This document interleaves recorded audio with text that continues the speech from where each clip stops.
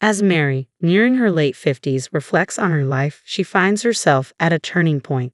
With her two children, one on the brink of marriage and the other thriving in college, she senses her motherly duties waning.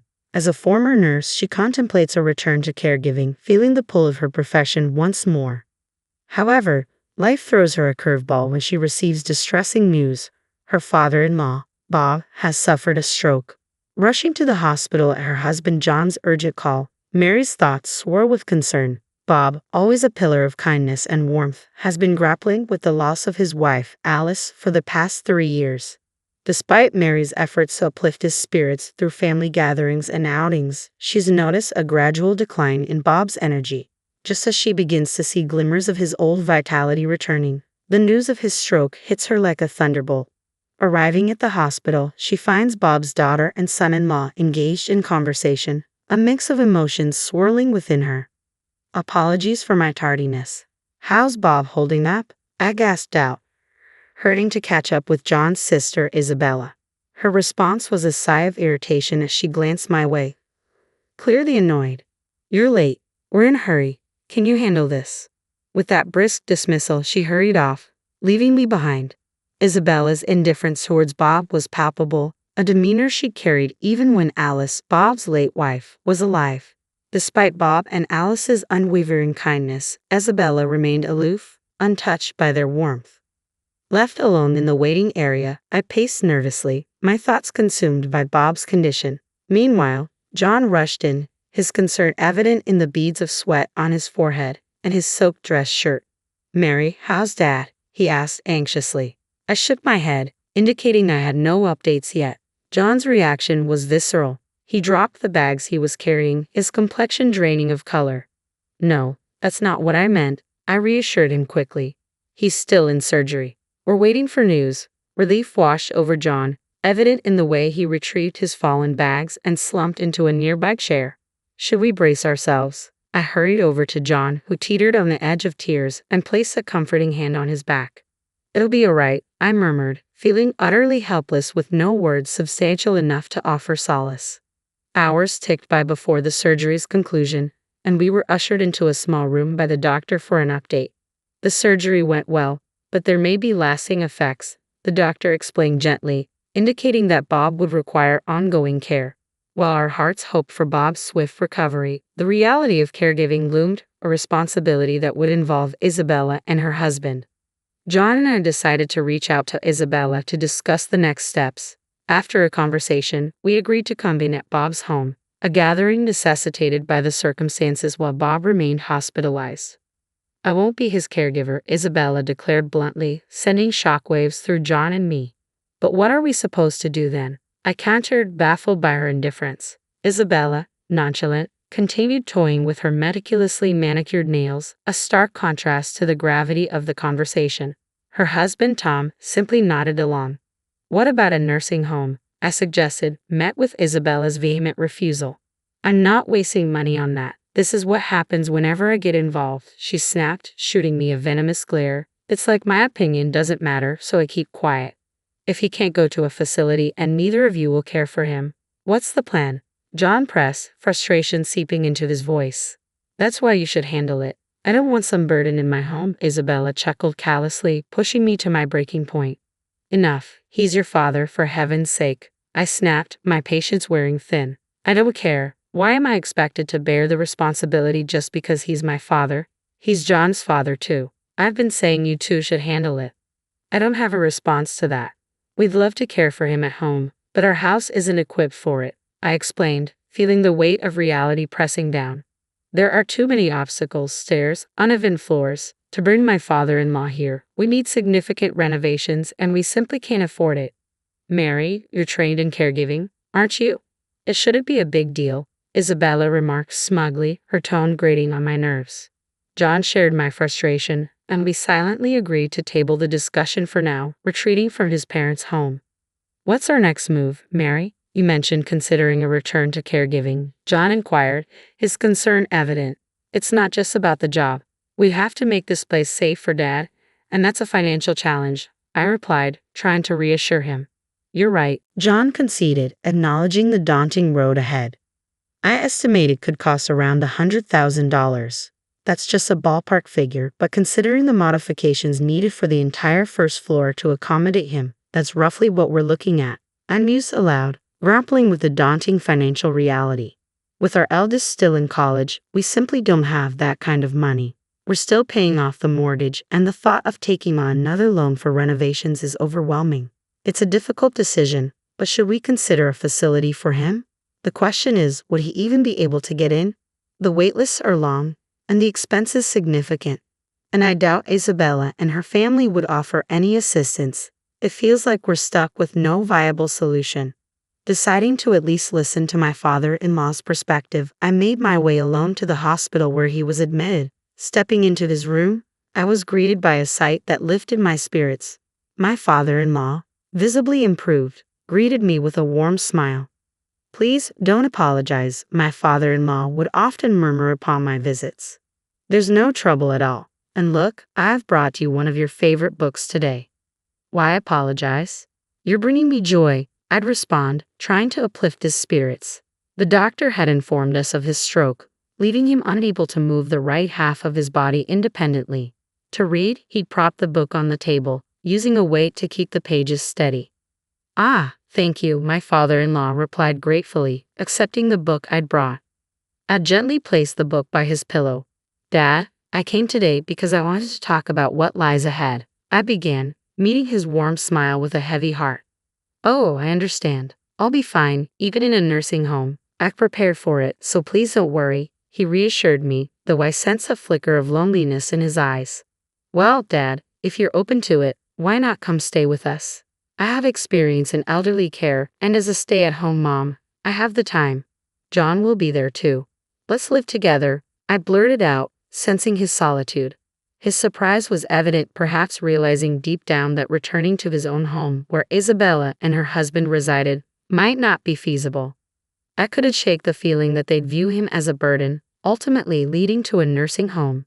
The thought weighed heavily on me, overshadowing my initial intention to listen to my father-in-law's wishes.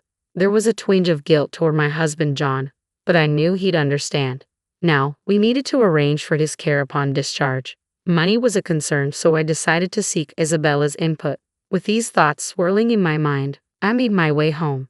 When John returned from work, I recounted the events at the hospital. He appeared troubled but nodded, almost as if he had anticipated this turn of events. Without delay, John dialed Isabella's number. "We're reaching out for assistance because we'll be the ones caring for Dad," John explained, his voice tinged with frustration as their conversation escalated. With a resigned sigh, he ended the call and briefed me on their exchange. "Isabella refused to contribute any funds. It seems there's little we can do about it," he disclosed, his concern evident as he contemplated the financial implications for his father-in-law. From then on, our home buzzed with activity. We deliberated over renovations, essential care supplies, and received guidance on home care options. When I informed my father-in-law that he'd be moving in with us upon discharge, his expression was a mix of gratitude and regret. "Mary, could you fetch the checkbook from over there?" he requested, gesturing toward a cloth bag on the shelf. Curious as to why he'd need it, I obliged, retrieving the checkbook during one of our visits. Observing my father-in-law, I watched as he opened the bank book and presented it to me. "I have some savings here. Could you and John make use of it?" The figure written in the checkbook was staggering, surpassing any amount I'd ever seen. Stunned, I must have appeared frozen, prompting my father-in-law to chuckle. "You and John will be looking after me now, won't you? I heard about the new car and the renovations to make the house accessible. Would $10 million cover it?" $10 million. The zeros overwhelmed me, leaving me speechless. I couldn't fathom why my father-in-law had amassed such a fortune, but it seemed that after my mother-in-law's passing, he had turned to investments he had been studying, and they had proven lucrative. His savings had grown exponentially, fueled by his restrained spending habits. Yet even if he intended to renovate the house or purchase a car, the sum seemed excessive. Reluctantly, I returned the bank book, shaking my head. "I can't accept this much. Please keep it for yourself." He pushed the book back toward me, insisting, "I can't possibly use all of this. I'd rather return it to you and your family, who are willing to care for me." Once again faced with the returned bank book, I stood my ground. "I really can't accept such a large sum," I insisted firmly. After a brief pause, my father-in-law proposed, "How about $1 million?" Realizing the impasse, I managed to negotiate a compromise, settling on a reduced amount of $100,000. Though he seemed reluctant, he agreed, and for the time being, that seemed satisfactory. As we were in the midst of this exchange, Isabella suddenly appeared, catching us off guard. Quickly, I stashed the bank book back in its place. Seeing my hurried actions, Isabella's brow furrowed in concern. "What's going on?" she inquired, her voice tinged with worry. I breathed a sigh of relief, grateful she hadn't overheard our previous conversation. Isabella had come to deliver some clothes for our father. After a brief exchange, we left the hospital room together. However, on our way home, Isabella suggested stopping by a coffee shop for a discussion. Given her history of bringing up unpleasant topics, I braced myself for what was to come. Reluctantly, I acquiesced, unaware of the twist awaiting us. "I'll take care of Dad," Isabella declared out of the blue, stunning me. Her sudden proposition caught me off guard, especially since we were already knee-deep in preparations to accommodate my father-in-law, including ongoing renovations to our home. I couldn't fathom why she would make such a proposal at this stage. "So you won't need to visit the hospital anymore," she added. "Visiting isn't solely the responsibility of the caregiver. There's no rule dictating that only the caretaker should visit." Why would she say that? I pondered, feeling perplexed by Isabella's unexpected offer. Despite my reservations, I suggested we postpone discussing it further and made my exit from the cafe. Back at home, I shared the encounter with John, who mulled over it before a realization dawned on him. "She must have caught wind of the savings," he concluded.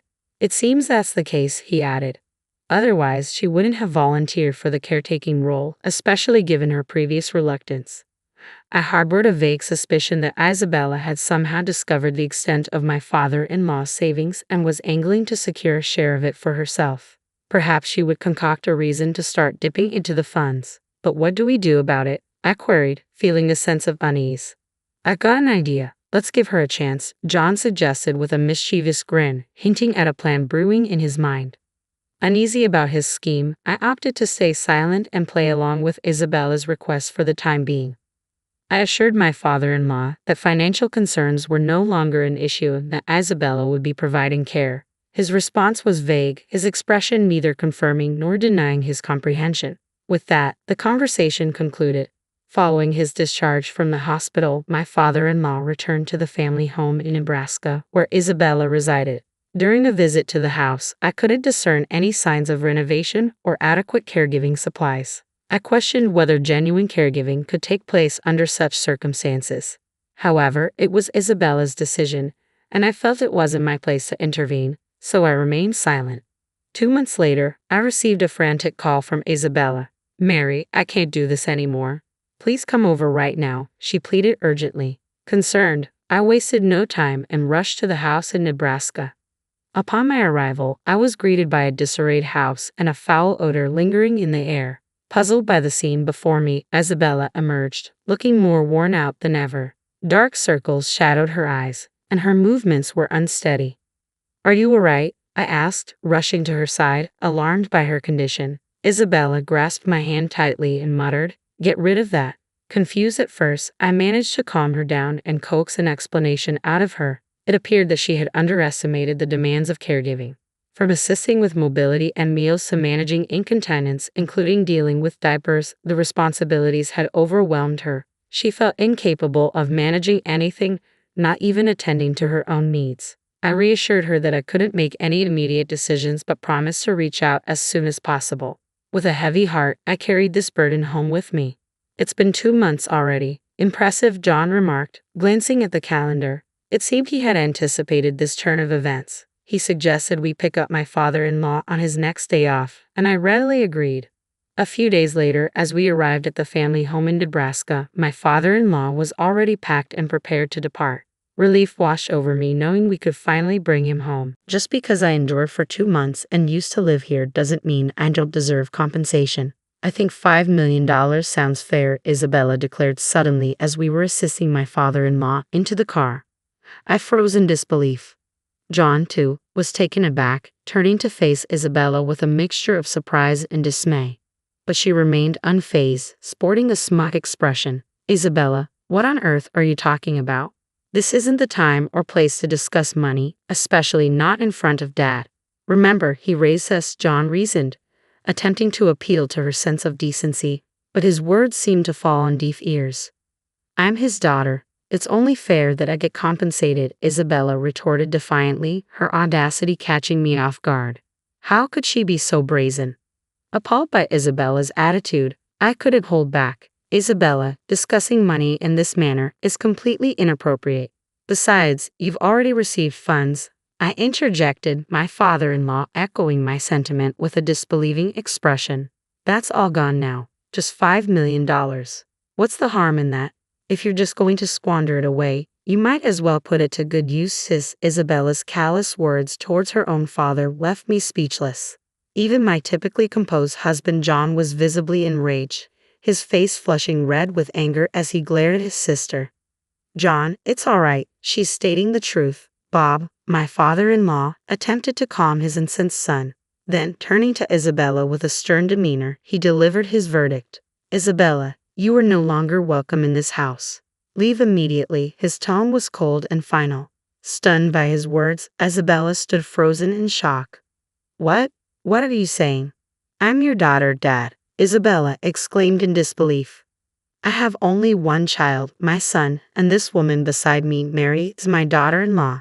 I no longer recognize you. Leave with your foolish husband. Bob, my father-in-law, responded with a sternness that startled me. I had only known him to be gentle and soft-spoken, but now his eyes were steely, commanding no opposition. Even Isabella seemed subdued by his authority. Shall we depart then? We're relying on you moving forward, Bob continued, his demeanor shifting back to its usual warmth as he addressed me. With no other recourse, John and I complied with his directive. As we drove away, leaving Isabella behind in stunned silence, it felt surreal. Later, we learned that Bob had arranged with his lawyer to draft a last will and testament, ensuring that the inheritance would solely benefit John and guaranteeing that Isabella would not receive any portion of it. With Isabella gone, the house stood vacant and John and I expressed our desire to reside there. Bob gladly agreed. Isabella and her husband relocated to an apartment, but it became evident they had been tapping into Bob's finances even when he was in good health. Their extravagant spending habits landed them in debt, and now they struggle to settle it. Each day, I can't shake the feeling that this downfall was bound to happen for someone like Isabella, who lacks respect and gratitude towards her parent, regardless of biological ties. While tending to Bob's needs presents its challenges, my background in caregiving allows me to handle it without feeling burdened, and our relationship remains strong.